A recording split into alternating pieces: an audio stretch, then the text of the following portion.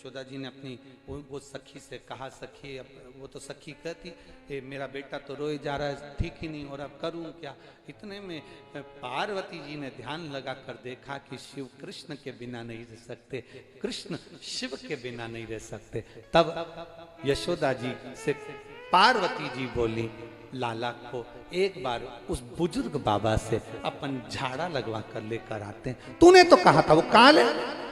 इतने में तुरंत पार्वती जी ने कहा, वो काल तो है परंतु वो सबके लिए काल नहीं है, किसी किसी के लिए वो महाकाल भी है, तुम चिंता मत करो।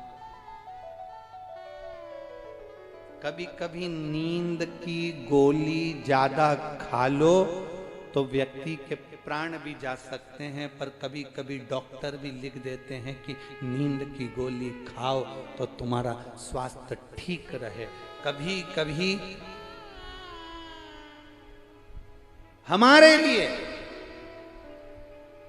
गलत जगह पर जाना दुखदायी होता, और कभी कभी किसी व्यक्ति के जीवन में थोड़ा सा ज्ञान देना सुखदायी बन जाता, सुखदायी।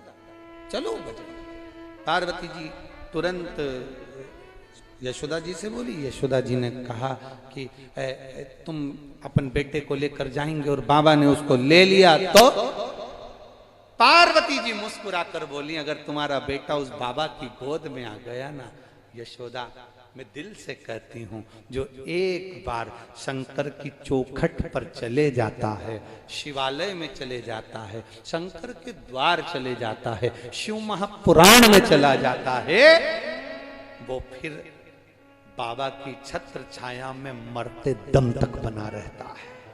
वो सहज है।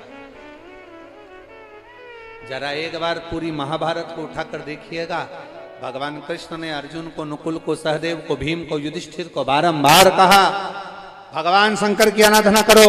अर्जुन से कहते शिव की आराधना करो, भीम से कहते शिव की आराधना करो, युधिष्ठिर से कहते शिव की आराधना करो। एक बार भी भगवान कृष्ण ने किसी का नाम नहीं लिया कि किसकी आराधना करना। भगवान कृष्ण ने बोला तो केवल एक ही बात करी, शंकर की आराधना करो। भोला सब दुख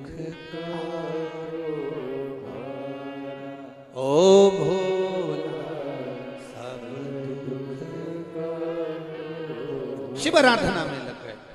बाबा ने दर्शन किए, लाला के गोदी में लिया, आनंद सुख का अनुभव हो गया। यशोदा जी ने कह दिया, पार्वती जी यशोदा जी से कहीं बाबा से कह दो यहीं रहे, जब तक रहेंगे तुम्हारा कान्हा कभी नहीं रोएगा। भगवान शंकर से यशोदा जी ने कहा आपको यही रहना पड़ेगा। शिव जी कहते इस कुंड के पास में मैं आशीश्वर महादेव के रूप में विराजमान रहूंगा, जो आस लगाकर मेरे पास आएगा वो दुनिया में कभी नहीं रोएगा। ये आशीश्वर महादेव ब्रज की रज में विराज। किस किस ने करें दर्शन? हाथ उठाओ जरा। नंदगांव के पास 1.5 किलोमीटर दूरी पर आशीश्वर वन में आशीश्वर महादेव। एक बार दोनों हाथ उठाकर बोलेंगे, बोल आशीश्वर महादेव की। हर हर। भगवान शिव विराजमान।